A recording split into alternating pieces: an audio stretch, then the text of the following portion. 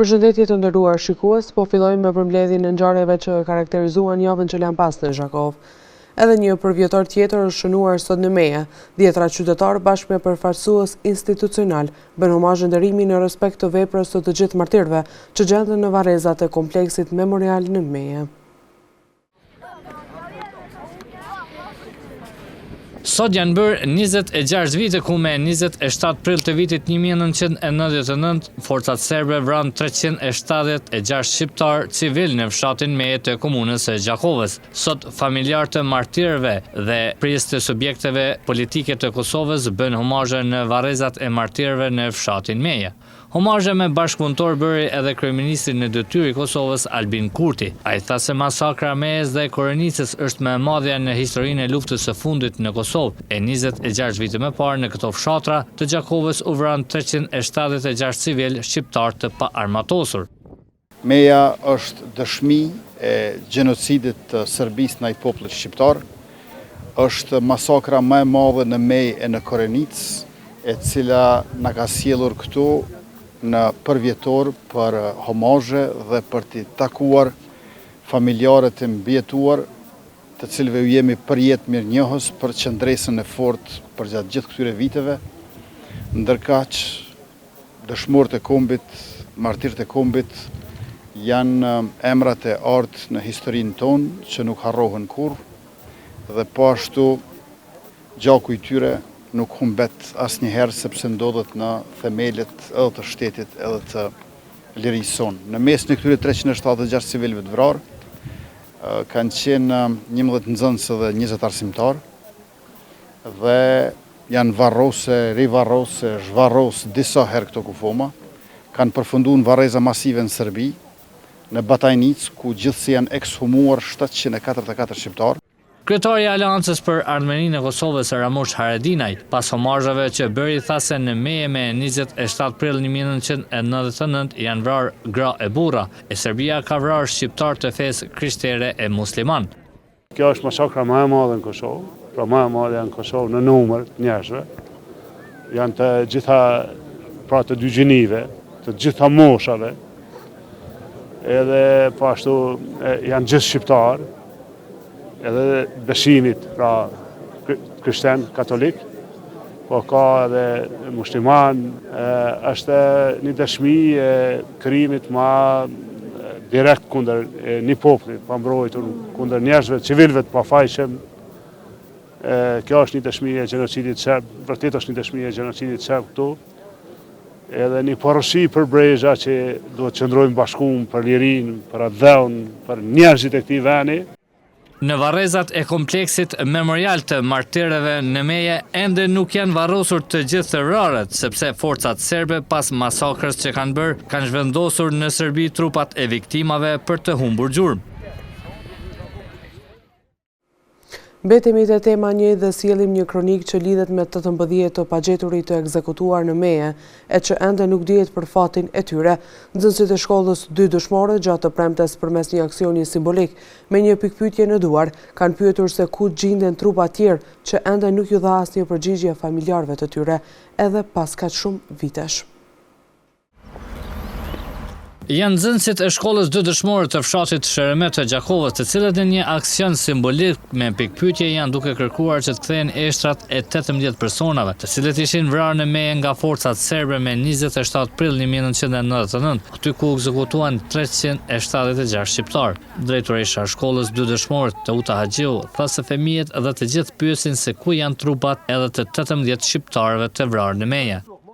Simbolika e një baloni me një pëllum të bardhë dhe pikpyetja në dorën tjetër të nxënësve tregojnë 18 persona që ende nuk janë të gjetur,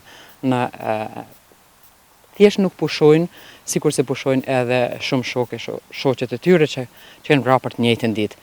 Pra ende sot mbi një gjys shekull, të katërtën e shekullit, një çerek shekull, pra ende po kërkojmë që të kthehen 18 trupa të pajetë. Haxhiu tha se qëllimi është se edhe fëmijët të mësojnë se liria është fituar me mund dhe sakrificë.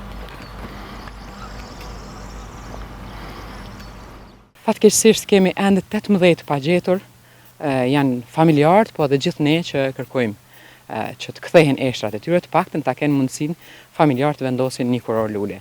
Në vazhdën e aktiviteteve të cilat nuk është kemi zyrtare diçka, por ne si shkollë ndijmë obligim që ta përcjellim mesazhin tek nxënësit, tek tritët e rejat, që liria nuk ka ardhur pamund, domethënë sakrifica e 376 familjeve që kanë dhënë më dashurit e tyre, edhe shumë masakra të tjera në Kosovë tregojnë edhe një herë çmimin e lartë që kemi pagu për ditën që sot ne gëzojmë.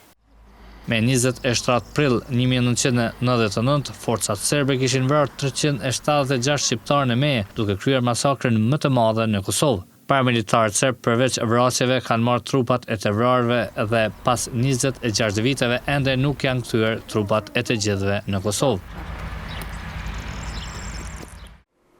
Gjatë kësaj jave gjithashtu janë përkujtuar edhe dëshmorët e martirëve të fshatrave Hereq dhe Dujak në nderim të veprës dhe sakrificës për liri.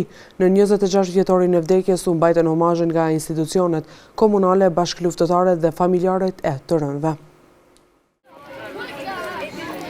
Me homazhe janë nderuar sot 20 dëshmorët dhe 15 martirët të fshatit Hereq të Gjakovës. Krenaria por edhe dhimbja vazhdojnë të jenë pjesë e pandashme e jetës për secilin familjar që ka humbur të dashurit të tyre, kështu thot Valentina Alijaj, vajza e dëshmorit Shefqet Alijaj. Unë jam vajza e dëshmorit Shefqet Alijaj, babi im së bashku me 9 dëshmorë tjerë ra në Kushare në Prit. Ne sa kemi dhimbje, po aq edhe krenari. Dhe mbjen e njëjtën ndan edhe Xhafer Hasanaj. Ditën e sotme e kujtojmë, lavdi kanë gjithë këta dëshmorë, e çdo njëri si s'ka kursye, ka thonë shka lyp për këtë popull, për këtë tokë Kosovës, lavdi ju qoftë. Fal këtyre dëshmorëve, fal gjakut të tyre, sot jemi të lirë, thanën kryetari i komunës Flemur Fetahaj. Lavdi! Fshati Hereq që ka thonë djem për vendin, për shirimin, sot bashkë me kolegët jem për të nderuar, respektuar dëshmorët dhe martirët e fshatit Hereq, këta të cilët fal tyre, fal gjakut tyre, sot jem të lirë, të gjithë dëshmorët dhe martirët e kanë dashur jetën, por më shumë e kanë dashur lirinë. Fal tyre, Kosova sot është e lirë, Kosova sot gëzon pavarësinë. Krahas Hereqit, homazhe nderimi u bën edhe në varrezat të dëshmorëve në fshatin Dujak, ku përkujtuan me respekt dhe mirënjohje dëshmorët të këtij fshati që dhanë jetën për lirinë e Kosovës. Edhe atje përfaqësues të institucioneve, familjarë dhe qytetarë u mblodhen për të vendosur lule dhe për të nderuar sakrificën e përjetshme të bijve të kombit.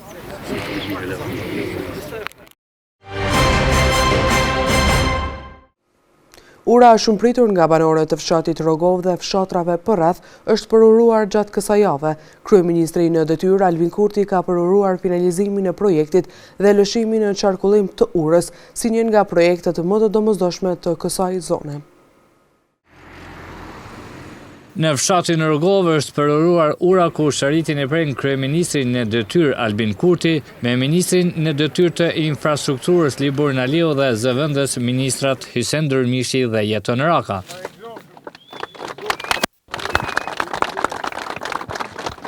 Kurti tha se ndërtimi i urës është një lajm i mirë për të gjithë banorët e Rogovës dhe rajonit të Hasit. Parafërsisht 2/3 jenë për automjete, 1/3 është për kamësor, gjatësia gjithë mbarshme është rreth 134 metra dhe besoj që kjo urë kaq shumë e vonuar më në fund u realizua dhe është lajm i mirë edhe për juve, edhe për të gjithë ata të cilët do të shkojnë e vinë në Rogov. Ministri në detyrë i infrastrukturës Libor Naliu tha se shpreson se edhe komuna e Gjakovës dhe Rahovecit të zgjerojnë rrugët që dërgojnë në të dy hyrjet e urës. Kjo rrugë ka qenë edhe bashkë me urën kanë qenë në përgjegjësitë të komunës, por si ministri e kemi marrë përgjegjësinë që ta bëjmë edhe projektimin e saj, edhe ndërtimin dhe të gjitha u kryen në një kohë mjaft të shpejtë. Natyrisht mbetet që edhe pjesa e rrugës të zgjerohet konform edhe urës se si do të jetë në dimensionet e saj, e që besoj që edhe komuna do ta bëjë pjesën e vet të punës, ashtu siç edhe kam premtuar. Po ashtu duhet të them që ura i ka 5 fusha nga 25 metra, pra 125 metra e ndërtuar me traje dhe kompania ka bërë një punë profesionale dhe ne kemi qenë ton kohën në përcjellje të këtyre punimeve. Hysen Durmishi, zëvendës ministër në detyrë, tha se kjo urë është ndërtuar me afat rekord dhe është me kritere regionale. Në fillim, ekipet profesionale kemi diskutu këtu se si ta bëjmë një zgjidhje më të shpejt, për shkak se kjo rrugë është shumë e frekuentuar. Kemi mendu në fillim që ta bëjmë sanimin e urës të disa shtyllave pa e prish urën. Në fund, konkluzioni ka qenë që kjo urë duhet të rënohet për shkak se nuk kishin mundësi me i bë zgjerimet për trotuare. Ju e dini që ura ka qenë ngushtë, tani është urë që i plotëson të gjitha kriteret për një rrugë regionale, edhe pse rruga është lokale. E të gëzuar për urën e Rrogovës ishin edhe banorët, të cilët thanë se kjo urë është zgjidhje dhe lidh fshatrat e Hasit me rrugën magjistrale Gjakov-Prizren. Shumë është e rëndësishme kjo urë për ne, se i kemi pas ndaluar në tëna punë, dhe tash jemi të lirë, mundëm të shkojmë punu në për ora, në për puna, në për biznisa, se kemi pas ndërprej në tëna senat. Shohim se u bë mirë diçka. Ka qenë ura vjetër, ka qenë ma ngushtë, tash u bë mjaftueshëm, është bë shumë komod me lëviz populli dhe ekonomia fshatit, ekonomia rrethit Hasin përgjithësi e kalon këtë rrugë, edhe pazarin e kemi këtu që vjen shumë, pikë Kosovës kemi pi Shqipërisë, kemi treg edhe konsumator edhe blerës, vizitor fshatit. Ura e Rrogovës ka filluar të ndërtohet në prill të vitit 2024 dhe ka përfunduar për një vit. Është gjatë 134 metra, ka gjerësi 10 metra dhe është me 2 kohës, si dhe 3 metra janë trotuare. Është investim i Ministrisë së Infrastrukturës dhe ka kushtuar afro 1 milion euro. Gjatë të mërkurës së kësaj jave, Inspektoriati Policor në Gjakov, me urdhër të prokurorisë, ka zbarkuar në stacioni policor në Gjakov. Në këtë aksion janë intervistuar 3 zyrtar policor, ku njëri prej tyre ishte ndaluar në mbajtje sipas procedurave të lejuara. Inspektoriati Policor i Kosovës në bashkëpunim me Policinë e Kosovës kanë marrë sot një aksion në Gjakov. IPK ka intervistuar 3 zyrtar policor në Gjakov e 1 në Prishtinë, ku zyrtarët e policisë janë suspenduar. Ndërkohë rreth orës 14 inspektorët policor kanë dalur nga Drejtoria Rajonale e Policisë në Gjakov. Ka kaluar ora 2 pasdites dhe Inspektorati Policor i Kosovës është larguar nga ambientet e Drejtorisë Rajonale të Policisë në Gjakov, ku sipas informacioneve tona i ka intervistuar 3 policë dhe 1 në Prishtinë. Sipas burimeve tona, gjithmonë policët dyshohen se kanë bashkëvepruar me disa të arrestuar që i kishte bastisur njësia speciale e policisë këtu në Gjakov, e ata dyshoheshin për veprën penale tentimvrasje dhe në shtëpitë të tyre janë gjetur dhe konfiskuar narkotik. Pra, sipas burimeve tona gjithmonë në IPK, mendohet se policët i kanë ndihmuar ata për bashkëveprimin e policisë dhe për dyshimet që i ka policia ndaj tyre dhe i ka informuar gjatë kohës. Ky aksion është zhvilluar me urdhër të prokurorisë themelore në Gjakov. Ju njoftojmë se Prokuroria Themelore në Gjakov, në bashkëpunim me Inspektoriatin Policor të Kosovës dhe me urdhër të lëshuar nga gjyqtari paraprak, janë tërmarrë disa veprime shtesë hetimore lidhur me rastin e ndodhur me datën 20 janar 2025. Rasti i cili është duke u hetuar në Prokurorinë Themelore në Gjakov. Gjithashtu ju njoftojmë se me vendim të prokurorit të shtetit janë ndaluar 3 persona, njëri prej tyre zyrtar policor në kozgjatje prej 48 orësh. Ndërsa nga Drejtoria Rajonale e Policisë në Gjakov nuk kanë pranuar askush të flasë për rastin e sotëm, duke thënë se kjo nuk është në kompetencat e tyre por të IPK-s. Rritja e çmimit të rrymës po vazhdon të nxjisë reagimet të qytetarët. Ata vlerësojnë se bashkë me rritjen e çmimit të energjisë elektrike janë rritur edhe shumë çmime tjera të produkteve bazike. E për këtë situatë, qytetarët duan që të protestohet edhe më tutje deri në anulimin e këtij vendimi, para sa ai të fillojë zbatueshmërinë. Shtritimi i fundit prej 16% çmimit të energjisë elektrike ka ngjallur reagime të ashpra në mesin e qytetarëve. Ata e konsiderojnë këtë vendim të padrejtë dhe të palogjikshëm, sidomos në kushte të vështira ekonomike në të cilat ndodhet shumica e popullit të Kosovës. Nga organizata Asnjë cent më shumë në protestën e 19 prillit, deklaruan se protestat do të vazhdojnë e dëshirën për të kundërshtuar rritjen e çmimit të energjisë elektrike e shpreh edhe një tjetër qytetar. Normal po, është e padiskutueshëm. Me standardet tonë në vend që mu liru, ata jenë të shku të e shtritu. A i dijet, për shembull, ka gjënë që jetojnë vetëm me sociale. Si përgjërësën këto kërkesa që përbërë? Shumë të rregulla. Edhe veç më rrit numri më i madh. A ke vranë ndonjë? Jo, jam punoj, po për qef çdo protestë marr pjesë. Se është e drejtë e qytetarëve që ka bojnë. Dhe nuk janë as i sen gabim. Ata konsiderojnë këtë vendim të padrejtë dhe të palogjikshëm. Është i palogjikshëm. Për popullin e Kosovës nuk ka diskutim se dihet çfarë kushte kemi, çfarë standarde kemi, edhe plus rryma më shtrajtu për 16% ndohet një absurditet. Vazhdimisht përderi sot metet çmimi i njëjtë që është tash. Sipas tyre, në vend që të ofrohet lehtësim për qytetarët, institucionet po e rëndojnë edhe më shumë me barrën e shpenzimeve. Sipas mendimit tim duhet vijojnë edhe më tutje, me qenë se është ky shtrajtim ndikon shumë në përballimin e jetesës.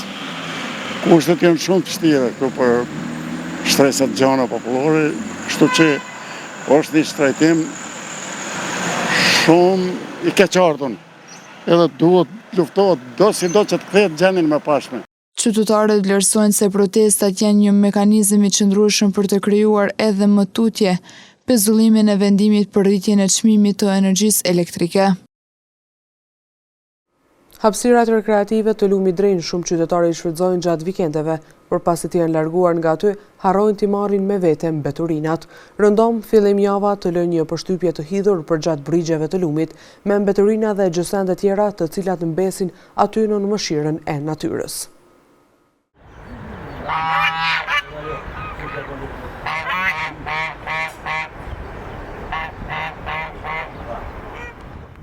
Lumi Drenj vazhdon të jetë një ndër vendet më të preferuara për qytetarët gjatë vikendeve. Shumë familje dhe të rinj shfrytëzojnë hapësirat pranë lumit për piknik, pushim dhe freskim. Megjithatë, pas çdo fundjave, ajo që mbetet janë grumbujt e mbeturinave që hedhen pa kujdes në natyrë. Dy nga qytetarët që takuam sot shprehen shqetësimin e tyre për këtë zakon as pak të mirë. Ata thonë se nuk është e drejtë që të shfrytëzohen brigjet e lumit për relaks e pastaj të mos pastrohet hapësira e shfrytëzuar. Sa herë që kemi ardhur dhe kemi shfrytëzuar dhe kemi pa që ka pas mbeturina, gjatë ditëve dhe bëj apel normal që sa herë që të vinë me shfrytëzu vikendin, ajrin e pastër, gjelbrimin e lumit Drenj, domethënë ta mbajnë pastër dhe mirë dhe normal të kujdesin secili për mbeturinat e tyre, që të mos e lëjnë edhe ambientin e ndotur. Kështu që përpas ditëve vikendit na sot jemi ardhur ditën e hënë me shfrytëzu, pas është ditë pushimi dhe për shoh që vende ka ende vende të ndotura me mbeturina. Të them drejtën, një thesar jashtëzakonisht i madh na ka mbetur edhe lumi i Drenj. Edhe na ka mbetur një mundësi e mirë që na spaku në kohë piknikit edhe në kohë të pushimeve që i kemi, marrë me frekuentu këtë natyrë edhe këtë vend jashtëzakonisht bukur. Po, siç po shihni edhe ju, një dielle si dalin qytetarët, jashtëzakonisht shumë mbeturina po lënë edhe jashtëzakonisht nuk po na lën hapësirë që ne që vijmë frekuentojmë edhe në ditët e pushimit kemi një mundësi të mirë ta realizojmë një piknik të këndshëm. Pra po shihni edhe ju vetë, është një mundësi e mirë që spaku secili me vete ta ketë nga një thes që t'i mbledh ato mbeturina të cilat i krijon brenda asaj kohe sa qëndron këtu. Pra kjo është një mundësi e mirë që ne ta ruajmë edhe ta shfrytëzojmë këtë hapësirë fenomenale që kemi në komunën e Gjakovës. Përkundër bukurisë natyrore që ofron kjo zonë, pakujdesia ndaj ambientit e disa individëve po kthehet në një shqetësim të madh. Qytetarët që frekuentojnë lumin shpesh lën pas vete shishe plastike, qese, mbetje ushqimore dhe sende të tjera, duke rrezikuar kështu ambientin përgjatë gjithë shtratit të lumit, por edhe vetë lumin.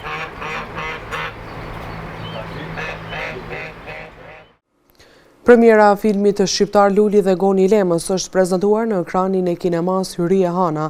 Historia rrëfyer nga aktorët shqiptar mundsoi të qeshura pafund në audiencën e filmdashësve.